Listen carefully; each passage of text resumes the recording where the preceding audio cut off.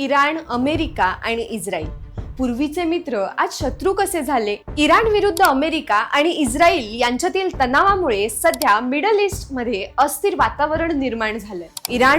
इराणच्या middle east मधील विविध देशांमध्ये असलेल्या अमेरिकन तळांवरती इस्रायल जोरदार हल्ले करते, तर दुसऱ्या बाजूला अमेरिकन आणि इस्रायलची फायटर जेट्सही इराणमध्ये मोठ्या प्रमाणात बॉम्ब्स करतात. आज देश एकमेकांचे कट्टर शत्रू झाले. पण इतिहासात एक काळ असा होता की इराण, अमेरिका आणि इस्रायल हे देश जवळचे मित्र होते. मग प्रश्न असा आहे की पूर्वीचे मित्र आज एवढे मोठे शत्रू झाले तरी कसे?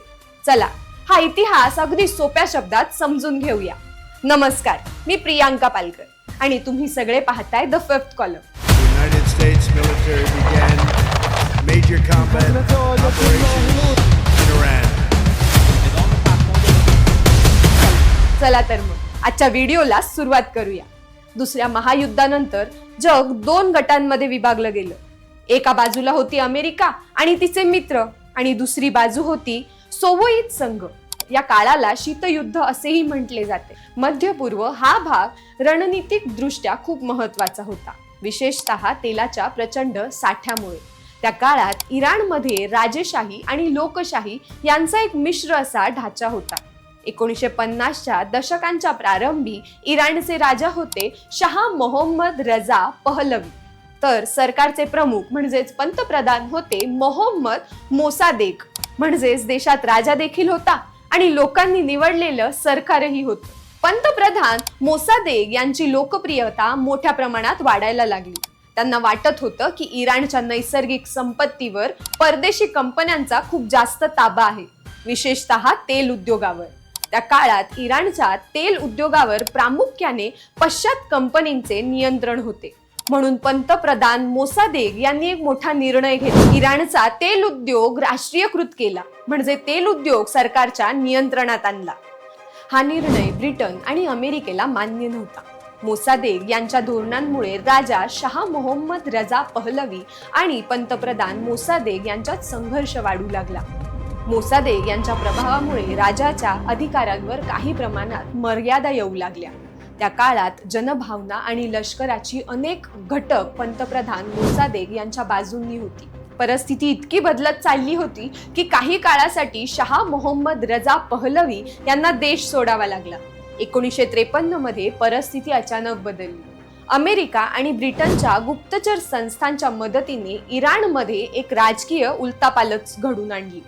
पंतप्रधान मोसादेक यांचे सरकार पाडण्यात आले आणि शाह मोहम्मद रजा पहलवी यांची सत्ता पुन्हा मजबूत झाली.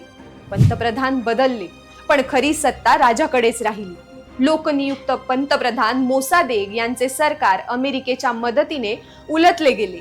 ही गोष्ट नागरिकांना समजल्यानंतर इराण समाजात अमेरिकेबद्दल मोठ्या प्रमाणात नाराजी निर्माण झाली. तरीही इराणचे राजे शाह मोहम्मद रजा पहलवी हे अमेरिकेचे जवळचे मित्र होते.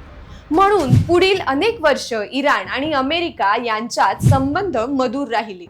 अमेरिका इराणला आर्थिक मदत देत होती, सैन्य प्रशिक्षण घेत होती आणि मोठ्या प्रमाणात शस्त्रे विकत होती.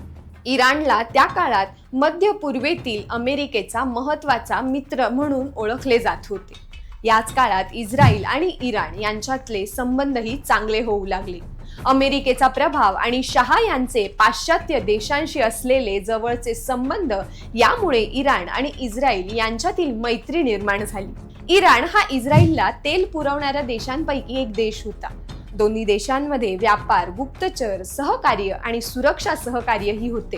म्हणजेच त्या काळात इराण, अमेरिका, इस्रायल हे तिन्ही देश एका राजनीतिक गटात होते. पण 1979 मध्ये इराणमध्ये एक मोठी क्रांती झाली, इराणची इस्लामिक क्रांती. या क्रांतीचे नेतृत्व केले अयातुल्ला रुहोल्ला खोमोनी यांनी. या क्रांतीमुळे शाह यांचे राज्य संपले आणि इराणमध्ये इस्लामिक रिपब्लिक स्थापन झालं. नवीन सरकारचे धोरण पूर्णपणे वेगळे होते. त्यांना वाटत होतं की अमेरिका आणि पाश्चात्य देशांनी इराणच्या राजकारणात खूप मोठा हस्तक्षेप केला, विशेषतः 1953 मध्ये. मोसादेक सरकार उलटण्याच्या घटनेमुळे अमेरिकेत विशेषतः प्रचंड विश्वास निर्माण झाला. म्हणून क्रांतीनंतर इराणने अमेरिकेविरोधी धोरण स्वीकारले. 1979 मध्ये तेहरानमधील अमेरिका दूतावासांवर विद्यार्थ्यांनी ताबा मिळवला आणि 52 अमेरिकन नागरिकांना 444 दिवस ओलीस ठेवले. या घटनेनंतर अमेरिका आणि इराण संबंध जवळजवळ पूर्णपणे तुटले. इस्रायलच्या बाबतीत परिस्थिती पूर्णपणे बदलली. क्रांतीनंतर इराणने इस्रायलला अवैध राज्य म्हणून घोषित केलं.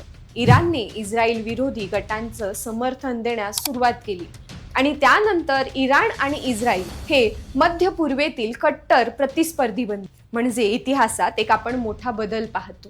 एक काळ असा होता की इराण, अमेरिका आणि इस्रायल हे मित्र होते, पण तेल, राजकारण, परकीय हस्तक्षेप आणि 1979च्या क्रांतीनंतर बदललेल्या विचार धोरणेमुळे पूर्वीचे मित्र आज एकमेकांचे मोठे शत्रू बनले. अशाच प्रकारे इतिहासातील तथ्य जाणून घेण्यासाठी द फिफ्थ कॉलम या चॅनलला लाईक, शेअर आणि सबस्क्राईब करायला विसरू नका.